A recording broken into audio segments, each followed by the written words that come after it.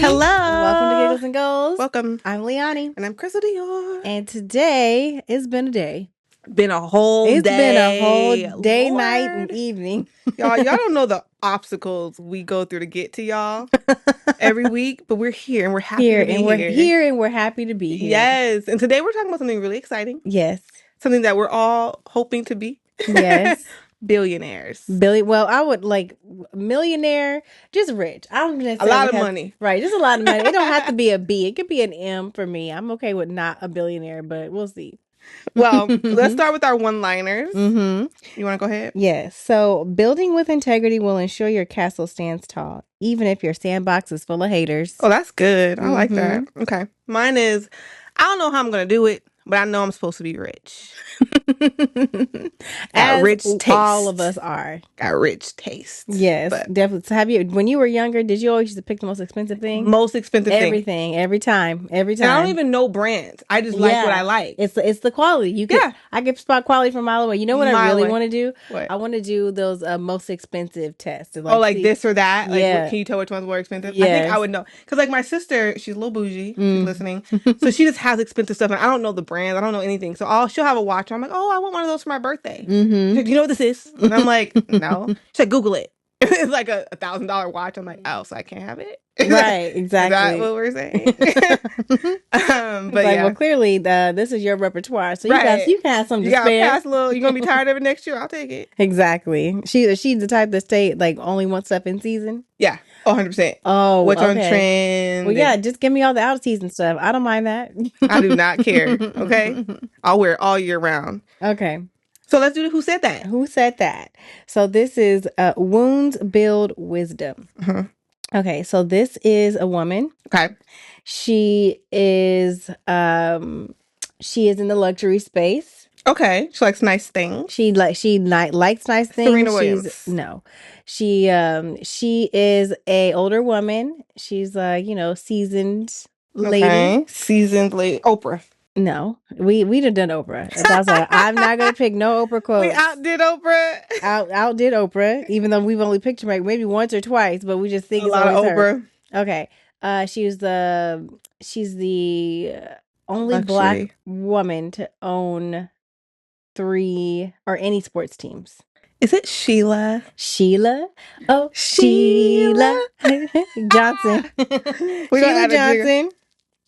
Awesome. So she's who we're talking about today. Yes, so I kind of knew. Right, because yes. This is my first time knowing, not first time, but I didn't really know about her. She's been around for a while, but I didn't know her as the owner or the founder of BET. Yeah.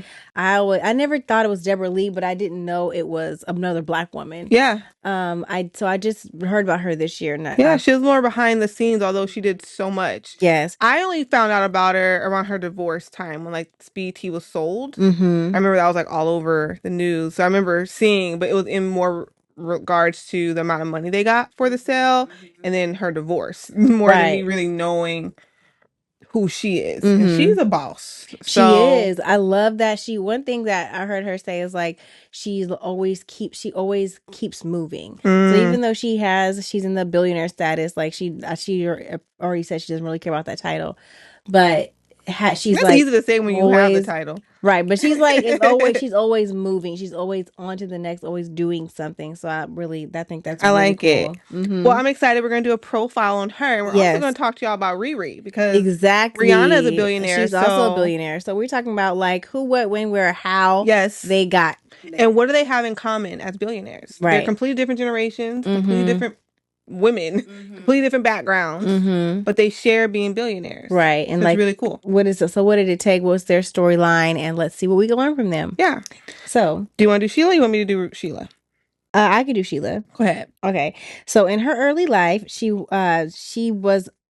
her father was the only Black. Okay, start over. Father was one of only 11 Black neurosurgeons in the country during the time. Okay. Mother was an accountant, and they had moved 13 times as a child due to racial discrimination against her father. So that's just the highlights. But I remember her talking about how she never thought about moving as like a hindrance, but she thought of it as like adventures, and it's helped her be adaptable, and she was able to meet new friends. I like that. So I liked her perspective on that. I feel like, and from her early life, just hearing how she talks about what others can consider to be adversity, I think that's really cool. Became a strength for her. Yeah, it became a strength, and how you already set up for success with that type of mindset. It's really cool.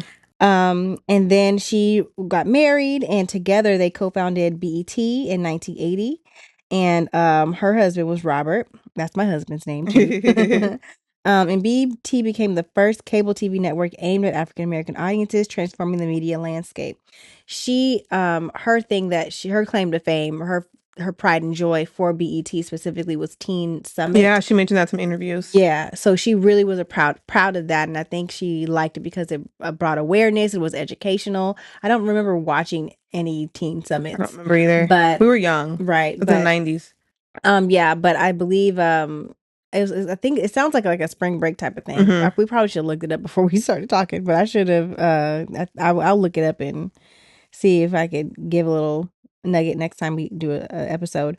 But she also had they also sold that, so she got her billionaire status from selling it to Viacom, which we talked about last week. We talked about like having an exit plan with the podcasters and like sell it and you can do more. Like don't try to hold on to something so much that you miss out on becoming a billionaire. Exactly. You know what I mean? Exactly. And there's some things that you may want to hold on to, but always go into a business with an open mind of like, this could be sold. And knowing when. Yes. Because she said in her interview, BET actually was not profitable when her and her husband owned it. They were not making money from BET. They made money from selling BET. You know, like they're probably breaking even or in the red, you know, but selling it was how they got there. And so she was able to get her money and get free from her apparently ridiculous husband. Yeah, she definitely had an energy in her interviews. Right. She was like, in regards to him, it was like real give it about it. Yeah. You fill in the blanks. You know the song. Yeah. And then she got a divorce in 2002. So this is the part that a lot of women can relate to her, and as a married woman, I can relate to a certain extent. But this is a time where she had a shift in her life. So she had her early life. She had a shift coming out of that. I also want to touch on, even though she has she seemed like she had an affluent life because her parents were educated, but her father left them at a young when she was at a she young came age. from a broken home, right? And her mother had to fend for herself and her children, and so she had to like pull herself up by the bootstraps and get a job and figure things out. Yeah. And one thing I remember her saying is like she never wanted to be there. She never wanted to do that. Never wanted to depend on a man. Da, da, da, da. But she was like, I think she said something to the extent of, say you want to do something or you don't ever want to do something and then watch it happen. Yeah. Type of thing. And so she ended up in her marriage losing herself. And she said after she divorced him, it took her 2 years to rediscover herself. And it led to a rebirth of herself and some new business ventures. Yeah. So I noticed, so they sold BET in 2001. She got divorced in 2002. So I wonder if that her realizing she had some financial independence now that they sold the business, because BET wasn't making money. So I wonder if a part of her staying as long as she did, well, I'm sure it was a lot, but she literally divorced him within a year of selling. So she was waiting for an opportunity to be free, you know, from that, whatever that bondage that relationship had on her. Correct. So that's what I imagine. Because when things hit different, choices hit different when you got the money to do something about it. You have options. Yeah, people always say, well, why do women stay? Sometimes you don't think you have another choice. You don't, how am I going to pay? How am I going to, you know? Exactly. And on the flip side, that's why some men and women continue to work even if their husband says that they don't have to. Because you want to still have something of your own. Be employable. You want to not be employable, build your own skill sets. Yeah. Be an independent person. Yeah. Not only have to rely for all of your meals and all of your shelter to come from somebody who could up and Yeah. change their mind like that. Yeah.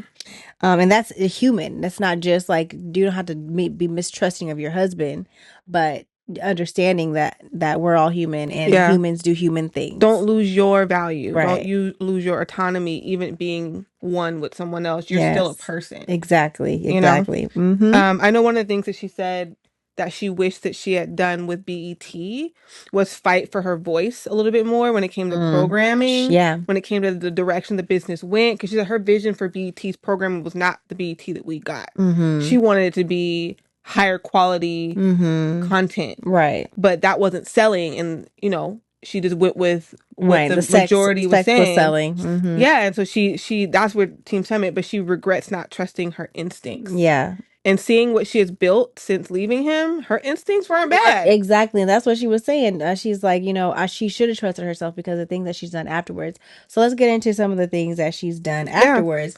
We in the top of the episode when I talked about who said that, she's the only woman to own sports teams, I believe. That's really cool. Period. And then she owns 3. She owns a hockey team. The Wizards? No.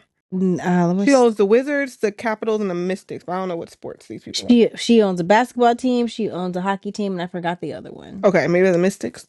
Y'all tell us. But she owns three teams, and then she also has a luxury hotel line called the Salamander.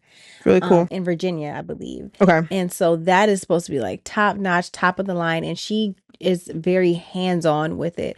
Things that my top nuggets I got from her as someone who's got to this point is being invested in every detail. So from her artwork that she puts in her own hotels, she picks every linen and she tries them and nice stuff. She figures it out like quality. Exactly. She chooses, handpicks all the and makes all the high quality things. But then she also talks about having the right team and the right people around you to make sure that they're bringing your vision to life, and how she cuts anybody out who is not there to support her vision, but someone who wants to impose their own they have vision their own on journey or what their own things they want to do. Exactly, because then there's that competition between your subordinate and your leader, because the subordinate wants to they have their own be in your shoes or make decisions and be in have their vision apply. Yeah. So she's like, hire well. Right, hire well, and if there's no hard feelings, if they got to be cut, they got to be cut. This is not the place for them. Yeah. Yeah. She also was a film producer. Oh, okay. Yeah, she produced with Lee Daniels, The Butler. I didn't know that. The Butler was a really good movie. Yeah, I saw The Butler. It was very good. I didn't know that either, but she was the backing behind it. She was a film producer. So she's touched more than just television. Like she moved around, diversified, because her talent was her talent, her instincts were her instincts. She knows how to turn something into something. So going back to key points. So not only did she talk about her team, making sure you pick the right people is how she got there where she is, and like being like a servant leader, leading with grace and not with an iron fist is something that she talked about. But she knows how to flip things. So the ranch that she has, or where her resort is, it was in a town that was a sleepy town where things were kind of like, it was nice, but they weren't not much there kept up well. It was a place where it was like had a lot of potential, but it definitely wasn't being used at all. Okay. And so she went in there and she brushed it up and put this beautiful resort there to bring some tourism to the place. And now it's a bustling city, and it's like, doing well. It's really cool. It's still quaint and all that, but she had a lot of racism and adversity that came towards her in that space. And so I think having the adversity in early life with her father leaving and having to, help her mom and figure things out, it's times like those that shape you. And that's where I think the quote comes from, wounds build wisdom. It's because it's the wisdom that she gained over time to realize how to navigate those, shark infested waters when she's trying to build something, because she has a vision and she knows she knows it'll do well.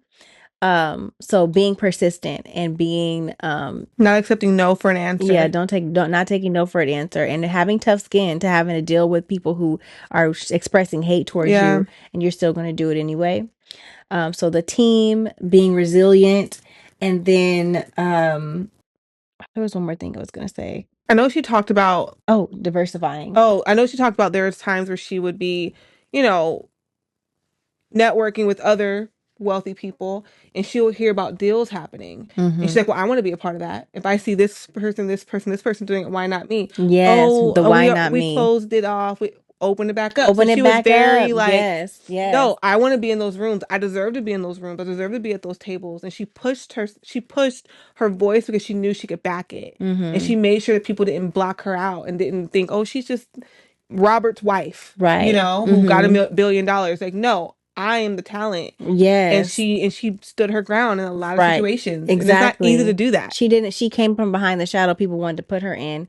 And that's the mark of a true visionary. So Yeah. I was watching another podcast called The Diary of a CEO, Mm-hmm. and it was a guest on there, and they were talking about what makes a visionary a visionary. Mm-hmm. And it's somebody who is not bound by what they see in front of them. Mm-hmm. But it's like, whatever I want, if you want to buy that building is a you don't even have to buy it. If you want that building, that getting access to that building or having that building is potentially 1 to 2 conversations to being yours. Mm-hmm. It's not necessarily you need to have all this money and you need to make it happen and go Yeah. buy everything, but a lot of things are with relationships and connections. Yep. And being able to just have a conversation with somebody. Yeah. And so her being in that position where it's like, this is closed or this isn't happening, it's like, well, who do I talk to so we can have a conversation about it? Somebody can tell me yes. If Exactly. it's not you, tell me who. Somebody, exactly. And if it's not a direct person that's related to this, then you just keep having conversations and building relationships, and you'll get to the path Yeah. of what you want. And so the other highlight that I took from her story is she knows how to, I think I said already, she knows how to flip things, but it's she has diversified all her streams of income. Mm-hmm. Sports teams, luxury hotels, places, Different industries. entertainment. Mm-hmm. And so she's not just pigeonholed to one thing. And she doesn't have an experience. She doesn't have experience. She didn't have experience in any of these Nope. things. She just said, I'll I figure it believe I out. could do it. I could figure it out. And I'll hire people who can help me figure it out. Exactly. Hire people who are smarter than you in the thing that you want Yeah. to do. And don't be afraid of them taking something. Yeah. Because that's how you learning how to hire helps you go a long way. Yeah. So that you could choose people who are smarter than you, that you don't have to worry about stealing anything from Yeah. you or, backstabbing you. Yeah. Yeah. Or sabotaging you. Yes. That's good. Well, Sheila is a boss. Yes. And the reason why when I thought of her, I thought of Rihanna is because although they're so different, Yeah. they are not so different. Right. And just to give y'all know about Riri, but let me tell y'all a little bit about Riri. She's actually millennial, humble beginnings, came from Barbados. She was signed to Def Jam at 16 years old. She skyrocketed with her first hit, became dominating the charts with Umbrella, Diamonds, all those things. I remember when she first came out, people were like really iffy about her voice. Like some people liked her voice, some people didn't like her voice. It's really nasally. Yeah, so she had to overcome being different and being, a Caribbean girl going up against, Beyonce's of the time, Destiny's Child of the time. Right.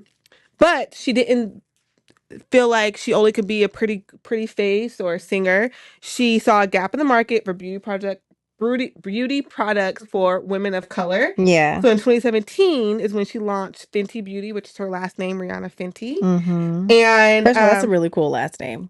Fenty. I'm like, I didn't know that was her last name. Yeah, I didn't know it for a that's while. cool. It's really, Yeah. really cool. Mm-hmm. And mind you, it's not like she grew up in a home where people have done any of this before. Mm-hmm. She's doing it for the first time, Right. figuring it out. And you know how many people come and go through this entertainment world, even people who are mainstays, who are superstars. Yeah. And they don't come out doing the stuff that she's doing. No, they don't have vision beyond what they know how they do already. Mm-hmm.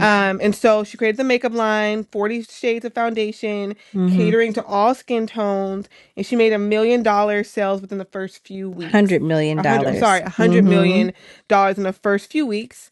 Then she launched Fenty Savage lingerie, clothing. That became groundbreaking because she included different sizes, people from different backgrounds. And then in 2021, she became a billionaire. Wow. And she was one of the youngest Black female billionaires in the world.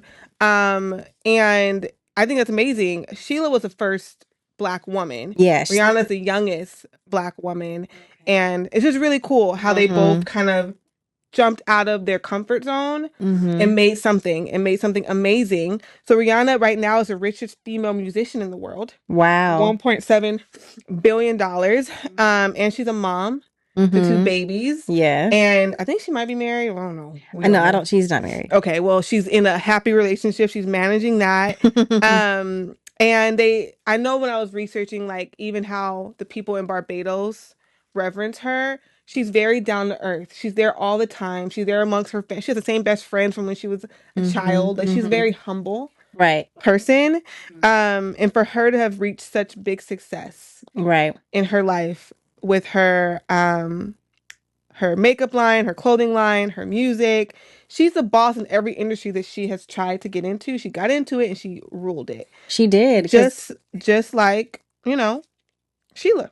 Exactly. Yeah. And so the thing about Rihanna is I never really paid that much attention to her when she was doing music. Even though I do like some of her songs. I've never like listened to whole albums and things like that. I love you, Riri. So I didn't really relate to her on certain levels. But when she started coming out with this business stuff, I'm like, that's when I became a supporter. And her makeup is good. Like, it's not like she just threw something out there. As a matter of fact, I'm about to she's competing. Touch up on my Fenty Beauty bomb right now. Yeah, she's competing with some of the top beauty brands. Like, I have this new app called Yuka that you can scan makeup. Like, her makeup popped up. Not all of them, scan your own stuff, but some of her makeup is cruelty free, good free. Like, she is not just in the market taking a few dollars. She is dominating. Okay? So these people, they are revolutionizing disruptors. They are disruptors in this market. Yeah, and then this year she dropped her hair care line. Her hair care line. And the thing is, people were talking about how, her stuff is good. It's in stores. It's in Sephora. She has an amazing partnership with Sephora and Ulta. She's everywhere. She's everywhere. And I think it's really cool that she decided that she didn't have to just be this thing. She could be this thing and this thing and this thing and this thing, and she could do them all.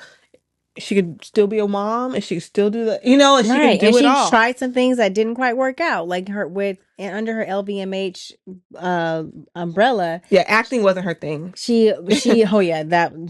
But she also had like a luxury clothing line as well. That wasn't just the lingerie. It was like actual dresses and blouses and pants and things like that, blazers.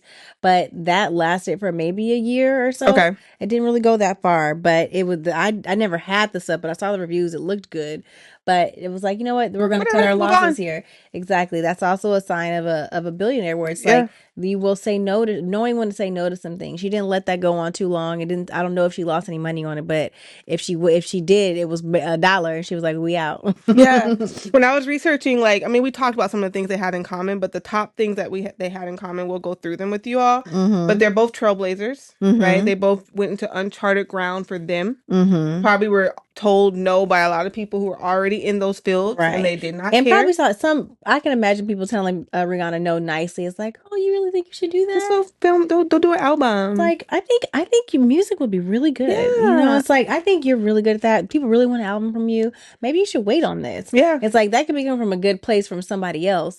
But being a true visionary, you don't really need the cosign or from anybody else. You're not afraid of failing. You're not afraid of failing. Exactly. A lot of us don't start because we're afraid of failing.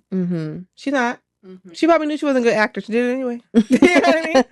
Whatever. I'm gonna try. I would try. And they both were disruptors. They both came in, decided I'm doing it different than what everyone else has already done. And you either like it or you don't. Exactly. I don't mind disrupting the norm. I'm not trying to assimilate to what you guys have going.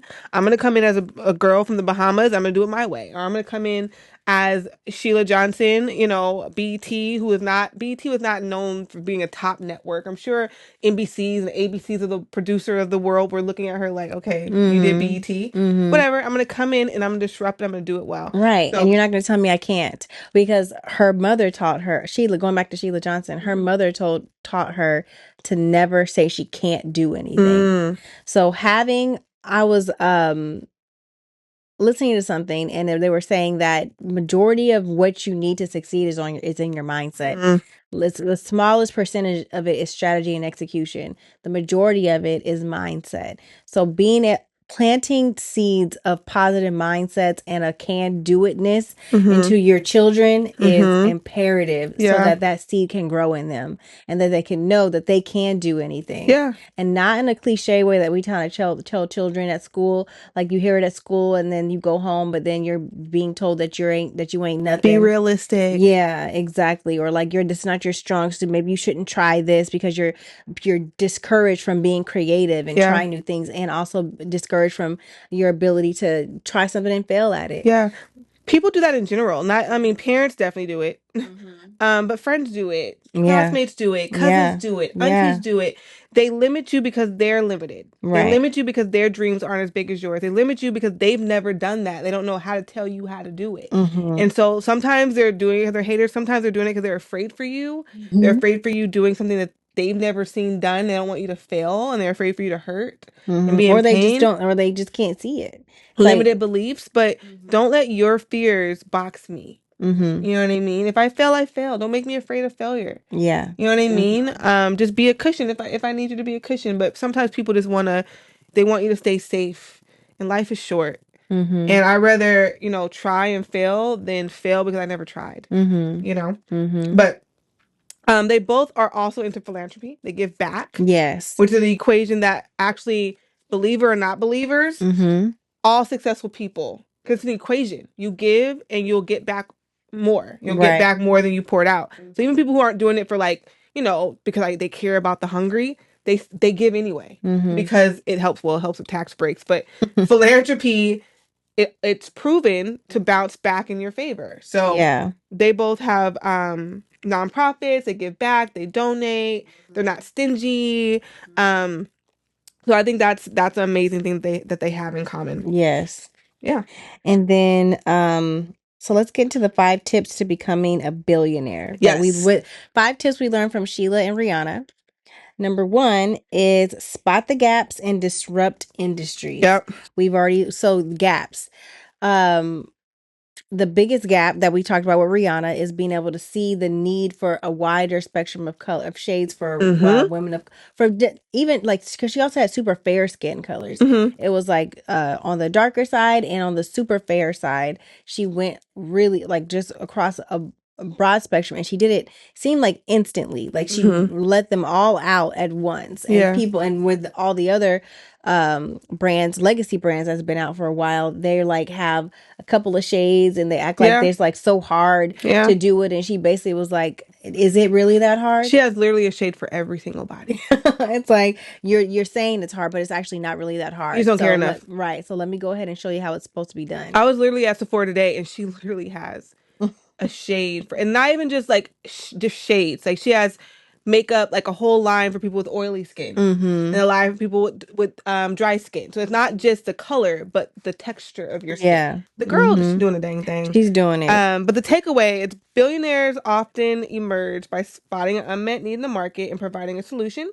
So like she was saying, like Liani was saying, don't be afraid to disrupt and shake up the status quo. Right. And how do you know if it's something that's needed to be disrupted? You do your research and you find out, so it seems like there's some questions that are online, whether you do Google search, or you could look up Google Analytics or Google Trends and see if it's something that people are searching. And then you could look and see on the like Answer the Public is a place where you can go and see the type of questions that are being Googled. That's good. How often it's asked and things like that, and how hot of a topic it is, and see if there's a gap between it's a high trend and how much information is out there about it. If there's not a lot of information but people are searching for it, that's a gap that you could fill. That's good. Number 2? Yes. Number 2, diversify your streams of income, which I know you all have heard that because everyone always tells you diversify your streams of income. That doesn't mean do 40 things at once. Rihanna didn't start her music career, Fenty Beauty, Fenty makeup, all at the same time. She did music first. She built a following. She built some success. She made some money. And then when she felt confident in that bracket, then she added something else. I'm sure Sheila did the same thing. She didn't try to just overwhelm herself trying to do juggling 40 things at once. She got one thing. Let me grow this thing. Okay, this is good. And let me add this one. She did it when she was able to manage it. I think sometimes when we think of like our hustle culture, we want to do it all right now. Right. Or like Like, being a serial entrepreneur. I mean, you got to yeah, start everything at the same at the same time. No, time. you don't. Do You one should not. thing, make sure that thing is good, make sure that thing is stable. So if you can walk away from it even just a little bit, it won't crumble. Right. Right? And then add something else.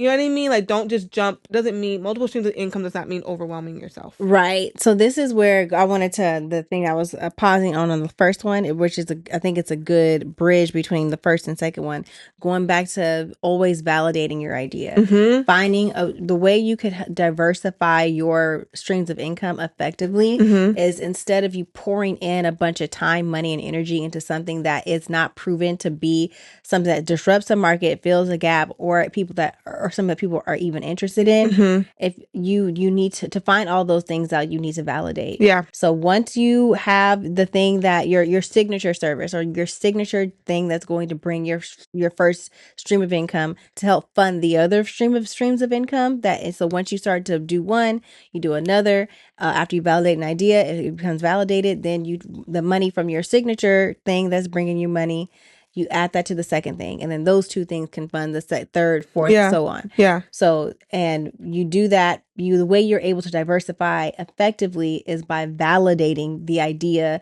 and then investing in it instead of investing a bunch of stuff into it and it doesn't work, because that's how you end up losing a bunch of money. Yeah. And there's different ways to do it, because Sheila did it when she diversified.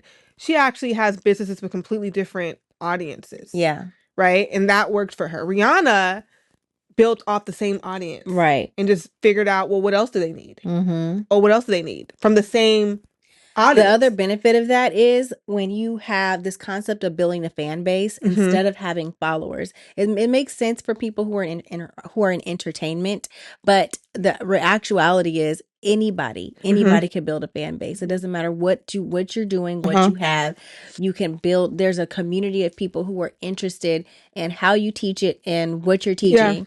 And if you build a community around that, then no matter what you sell, once they're invested in you and what you're building in your story, they'll buy anything from you. Yeah.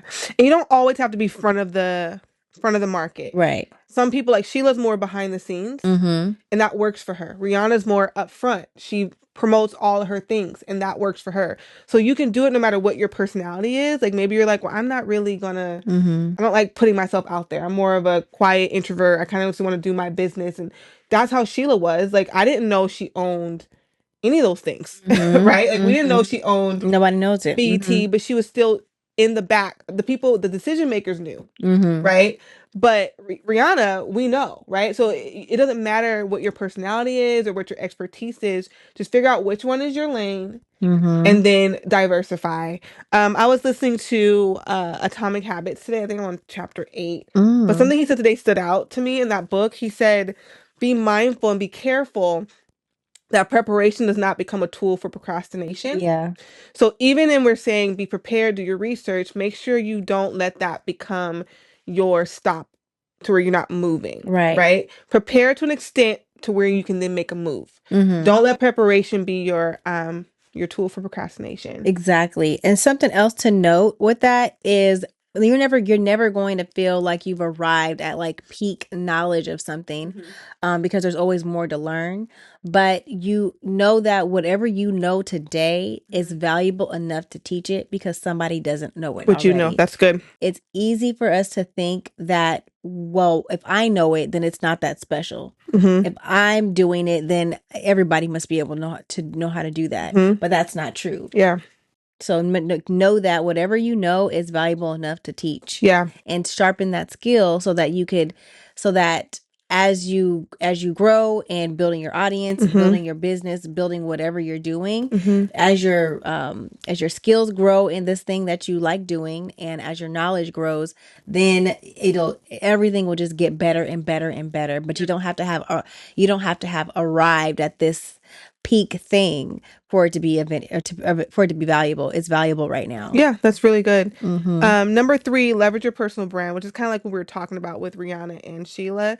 They leveraged the thing that they were known for. Sheila, building a business, growing a business, being at the CEO table making things happen. Rihanna, her overall brand, we're like, oh, makeup, yeah, hair care, yeah, because people kind of want to be Rihanna, right? And so she used her brand as a celebrity. So whatever your brand is, use that. Yes. Use that to pour into your business, build a strong reputation for yourself. Your brand is your power. People buy into you as much as they buy into your product, like what Liani was saying earlier. Yeah. And Number 4. yes, number 4, take calculated risks. So Sheila took a massive risk by selling BET, but it allowed her to pivot into owning stakes in pro sports teams and high-end resorts. Rihanna could have stuck to music, but she took a chance and launched her beauty line in partnership with a luxury conglomerate. That bold move made her a billionaire. Yeah. She would not be a billionaire if she was still singing and dancing. Yeah. Alone. And she was doing it before a lot of people were doing it. As far as like artists, now they're all dropping a beauty line. And so I try not to compare artists against each other, especially people who are at the top of their game. But I was surprised to see that Rihanna got to this before Beyonce did. Yeah. And especially at this level of acceptance. Yeah. Beyonce's done things like House of Darion that didn't really go very well. Before, did she have any other products before that? After that, no. But Beyonce's passion is music and performing. Like I think Rihanna likes music. Yeah, you know what I mean. And then she might even love it, right? But Beyonce's her passion is performing. Her passion is music. So I think that's probably why. I think for her the extra stuff is just extra stuff. Yeah, the music is what. Even watching the movie on her tour, watching her behind the scenes, like she is like she does love that. She loves. She's helping write, even if she's not writing all her songs. You see her name on, like she was in the room. Like that's her. I think that's why. I don't think although she is diversifying, it's not her. Right. It's not. That's not where her heart was leading her. But now she does have a bunch of stuff. She has Sacred, and she has. She's trying. Sir Davis. Yeah. I would like to try Sir Davis. Maybe we should do that on the podcast. Maybe. What is that? It's whiskey. Oh, okay. And then Sacred, I want to try some of those things, but in her perfume as well. It smells good. Have you smelled it before? So those things are she's moving into that space now, but I don't feel like it's had the big like the huge reviews like stuff with Fenty has. Yeah, and I wonder because the one thing I could tell, even watching her tours, Beyonce pays attention to detail. She's very. It seems like sometimes these other brands, she is a part of them, but she's not in the weeds of it. Like even with the hair care part, that's why she came out with some videos about it. It seems like her mom is really excited about it. Yeah. Even with the clothes, her mom is the fashion designer. Her mom is the hair stylist. Yeah. So Beyonce's like, okay, mom, let's do it. You know what I mean? But music is her thing. Yeah. You know what I mean? So that's probably why. Like Rihanna, I could tell she's loving being a mogul. Yeah. Like we may or may not get an album. I mean, I don't really care if we get an album. I think she's given us more than enough music. Because remember that time she was like putting music out like all the time, trying to get through that contract.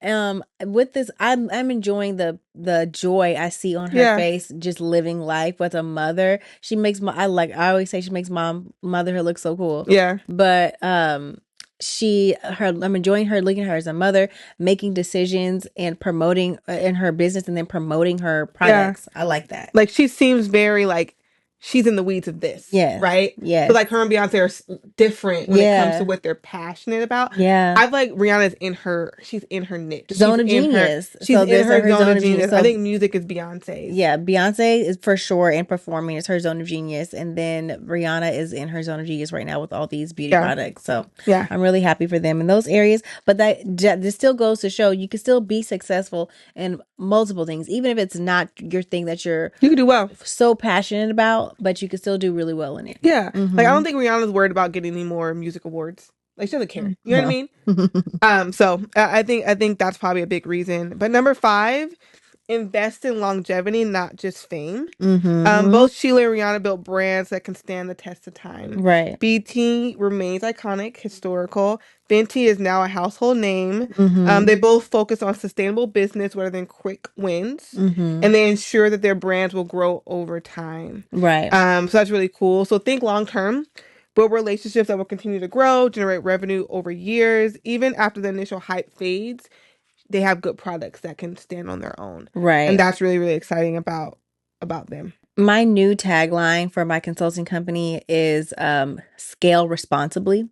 So it's there. I think we get caught up a lot where we're going back into invest in longevity, not just fame. As we think about, I think the parallel to that in business is thinking about scaling. We got to scale. We got to scale. We scale. Yeah. We had a good year. We're profitable maybe 2 years in a row. Now it's time to throw all this money, get all this investment, or get all these loans and scale. Yeah. And that is a recipe to plummet. Yeah. But scaling responsibly is we're going back to the calculated risks.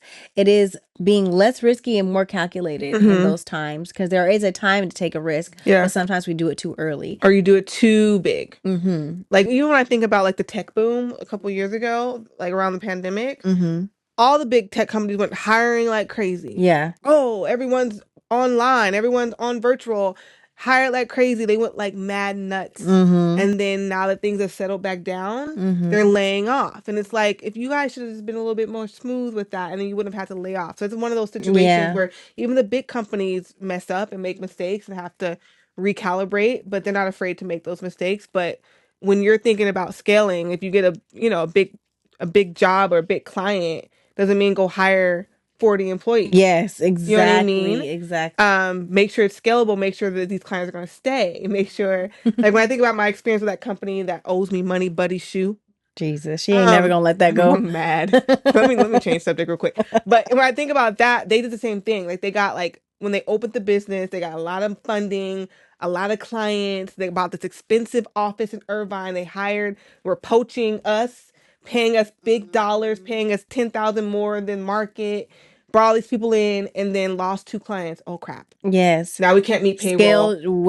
Scaled irresponsibly. It all happened within a year exactly, and that's that. You weren't building for longevity because building the foundation, getting your operating procedures right and tight, making sure you understand how to hire and who you're hiring and the culture that you're trying to cultivate. Make sure these clients are going to renew. Make sure this money's going to be here next year. Yes, make sure your products are high quality. Make sure that people aren't going to like return it, call it a scam. Right. Like those are the things that diminish your ability to build longevity. To maintain, to build a legacy, to build an empire, to build generational wealth. You know, have a long sight, have a long view. Don't just think about I can make $100 tomorrow. Right. Like, or just like fame. Like, remember that network that was hiring a bunch of YouTubers to do shows and it was like gone in 6 months? Oh yeah.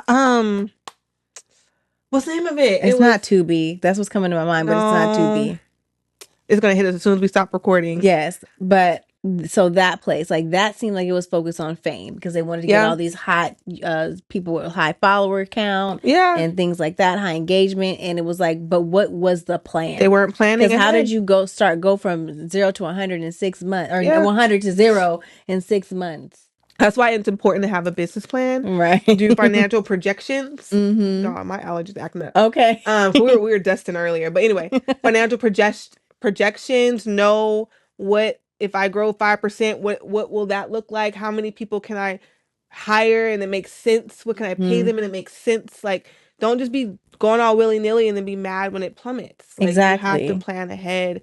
But don't let it stop you from moving. But you know what I mean? Be wise. Yes. Do wise your research. Listen to podcasts. Listen to our podcast about how to become a billionaire. Like, pick up your knowledge. So and then go to LeonieandHunter.com so you can find out how to scale responsibly. Yes, do that. But let's jump to things we wish we knew. Yes. Go ahead. So, things I wish I knew. Adversity is always present no matter how much money you make or how successful you are.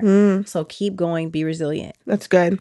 I wish I knew that you didn't have to have it all figured out to start. Rihanna and Sheila both did not know exactly where their empires would land. Yeah. But they knew that they could do it well. And they just started and made it happen. So you don't have to have it all figured out. You can learn as you go. You can fail and pick back up and learn. Like, just start, do your best, and don't be so, I guess, discouraged by failure.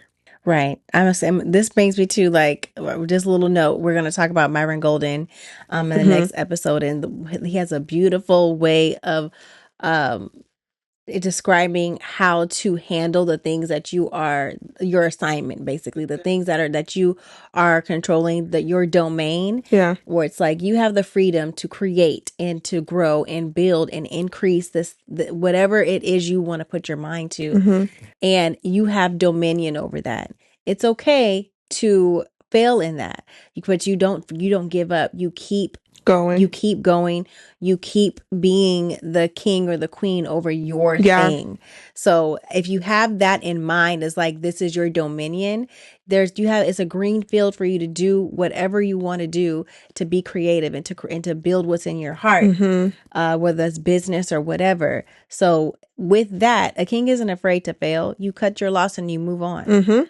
Yeah. There's this quote that says, "The path revealed itself as you move forward." So remember that, and also remember to subscribe.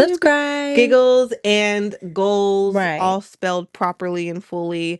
And you always also can go to gigglesandgoals.com to find all the different ways to watch us, listen to us, support us. We Yes. love y'all, and we can't wait to teach you more about how to be your best you and make some money doing it. And you don't want to miss this, because we're going to have fun regardless. Okay? We're So gonna be come here. and join and laugh with us. You don't want to miss it. Love y'all. Bye. Bye.